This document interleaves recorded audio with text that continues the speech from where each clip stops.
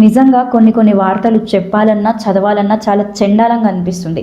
వికారాబాద్ జిల్లా బంట్వారం మండలం యాచారం గ్రామానికి చెందినటువంటి ఈ యొక్క సురేఖ అనే మహిళ నర్సింగ్ హోమ్లో విధులు నిర్వహిస్తోంది.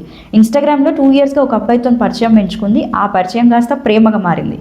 ఇందులో చెప్పుకోదగ్గ విషయం ఏంటంటే ఇంటర్ క్యాస్ట్ మ్యారేజ్ అమ్మాయి వాళ్ళ పేరెంట్స్కి ఇష్టం లేదనమాట. దీంతో ఈ సురేఖ మేడం ఏం చేసిందంటే హాస్టల్ నుంచి ఒక ప్లాన్ ప్రకారం ఇంటికి అనస్థీషియా ఓవర్డోస్ ఇంజెక్షన్ తీసుకొచ్చి వాళ్ళ మదర్ పొలం పనిలో ఉన్నా కూడా ఫోన్ చేసి ఇంటికి పిలిపించి ఇంజెక్షన్ ఇచ్చి తదుపరి వాళ్ళ నాన్న వచ్చాక అమ్మకి ఇంజెక్షన్ ఇచ్చాను, అమ్మ పడుకుంది, నీకు కూడా ఇంజెక్షన్ ఇస్తానని చెప్పేసి కట్టుకథలు చెప్పి వాళ్ళ నాన్నకు కూడా ఇంజెక్షన్ ఇచ్చి నిర్దాక్షిణ్యంగా 2 ప్రాణాలను బలి తీసుకుంది ఈ యొక్క యువతి. తర్వాత వారి యొక్క సోదరునికి ఈమెనే ఫోన్ చేసి తల్లిదండ్రులు ఇద్దరు పడిపోయి ఉన్నారు, నాకేం అర్థం కావట్లేదని భయాందోళనకు గురైనట్టు యాక్టింగ్ చేసి లాస్ట్కి పోలీసుల చేతికి చిక్కింది.